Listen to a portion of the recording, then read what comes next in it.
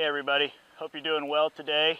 We are finally receiving winter here in the deep south. It's going to be our first hard freeze tonight, and so now there are some things that I just can no longer ignore, and it's time to bring them inside. I want to show you a few of these cucumbers. This of course is the grape trellis on the west side of the house, and this is a straight 8 cucumber. More like maybe a straight 10.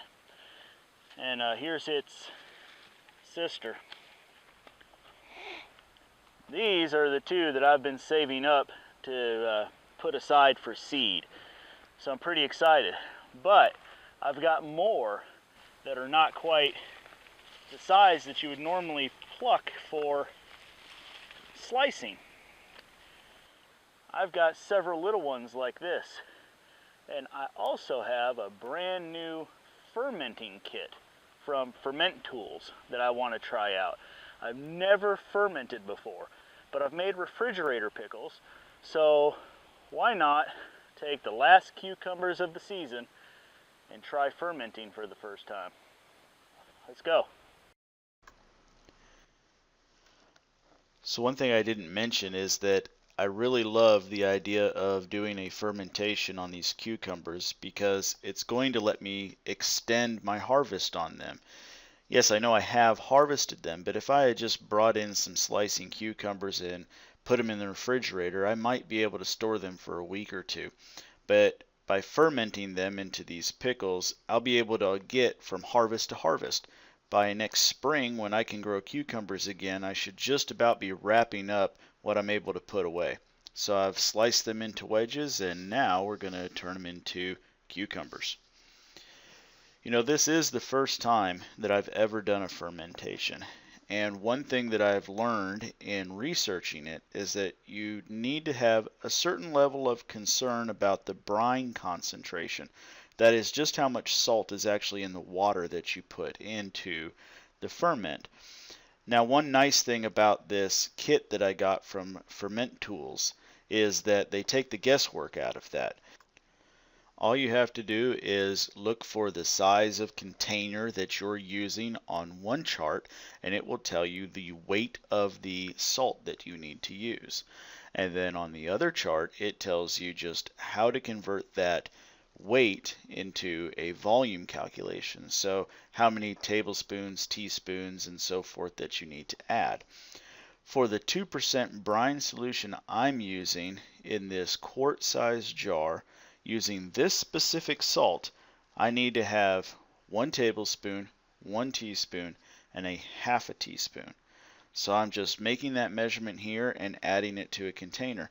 You need to make this brine solution before you add anything to the water. Otherwise, your brine will be a lot more concentrated than you're expecting.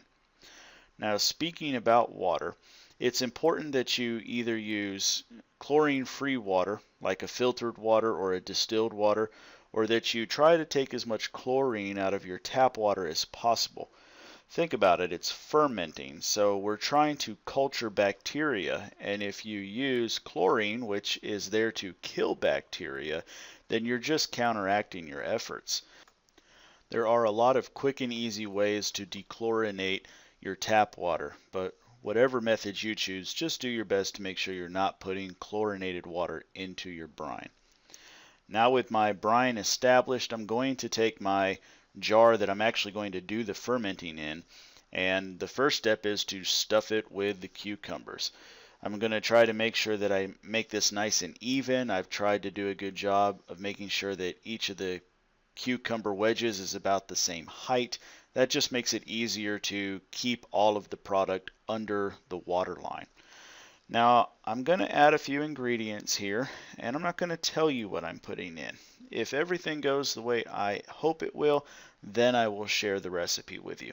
Suffice to say, I'm attempting to make a bread and butter type of pickle, but I guess I can't really hide what ingredient that is. So now all we have to do is add in the brine solution. Again, you want to make sure that you see the cucumber sort of rise up here, and now you know that you've got enough water in there that you'll be able to submerge them. One other nice thing that comes in this kit are these glass weights.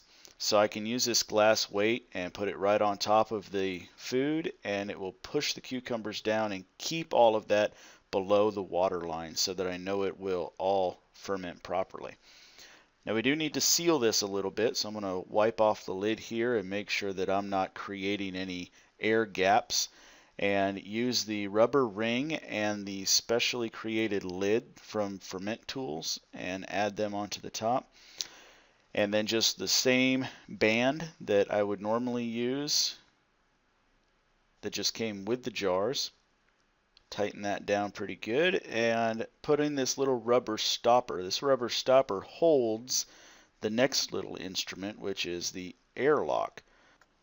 I think it's probably a smart tip for you to consider taking the lid off of the airlock before you put it into the stopper.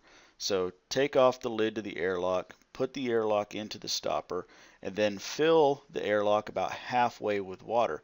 Again, make sure you're using non-chlorinated water for this step as well. It's just for safety's sake. So now with the airlock half full of water, you can replace your cap and you're done. You have completed setting up this jar for fermentation. So now we just have to set it aside in a cool, dark place, and we'll come back and check it in a week. Thank you all for watching. If you're interested in this stuff, I'll put a link to it down in the video description. Again, it's called Fermentools, and it's a neat little kit that just helps someone new like myself realize just how easy fermentation can be and lets you play with it on a small scale. You can see I just made this one jar. I didn't have to get into a huge episode of trying to ferment things, but I could if I want to. Thank you all for watching. We'll see you next time.